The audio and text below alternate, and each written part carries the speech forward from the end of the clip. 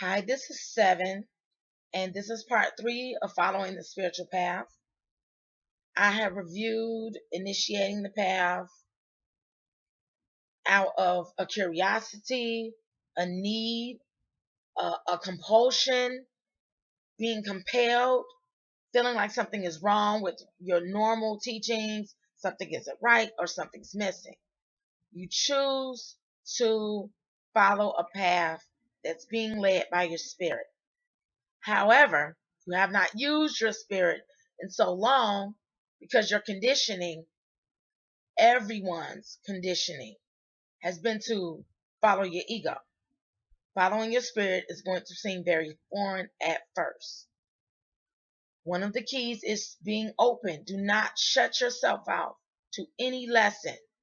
The universe teaches you in signs and symbols, just like Buddha, just like Jesus.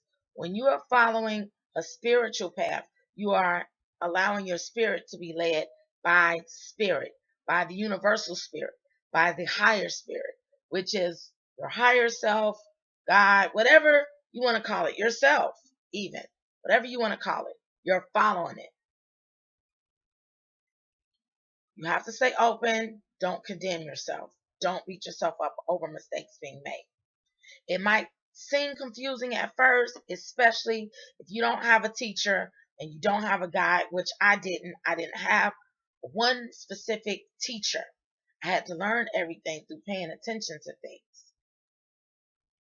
In my spiritual path, I learned that my lessons can be brought to me in various forms of ways to fit my personality. I learned lessons through music, through movies, through videos on YouTube, through books, through having conversations with people, through meditation, self-realization, through remembering what I already know, because the whole path is a path of remembering. The path you were following before was your ego. I would like to tell you that your ego is going to be present in this path. For people who are following a path of a more Eastern philosophy, ego dissolving so you can be spirit, one with God, ego is going to be present through this path unless you are able to meditate a whole lot, which for me, being in an urban environment, being in the city, being a mother, wife, having a job, I'm not able to meditate as much as I like.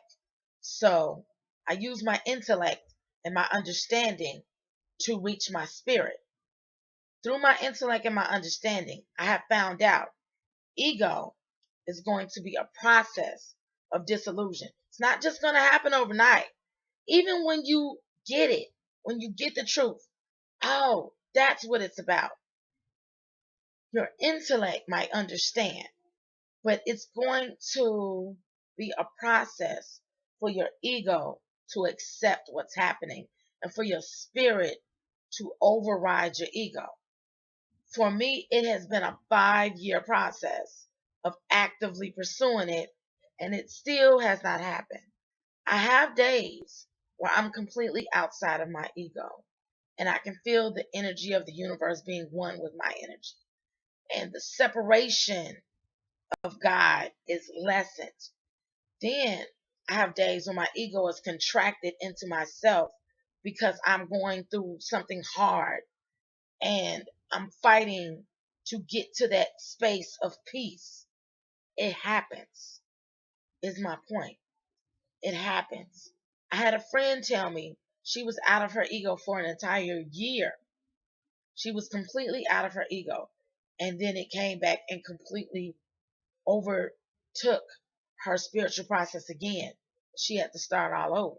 For me, I go through a little bit, maybe a little here, a couple of days, I'm completely in my ego for whatever reason.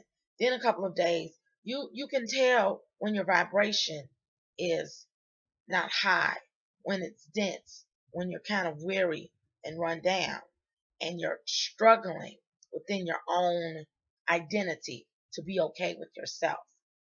I am going to stop this video and come back with part 4 of following the spiritual path.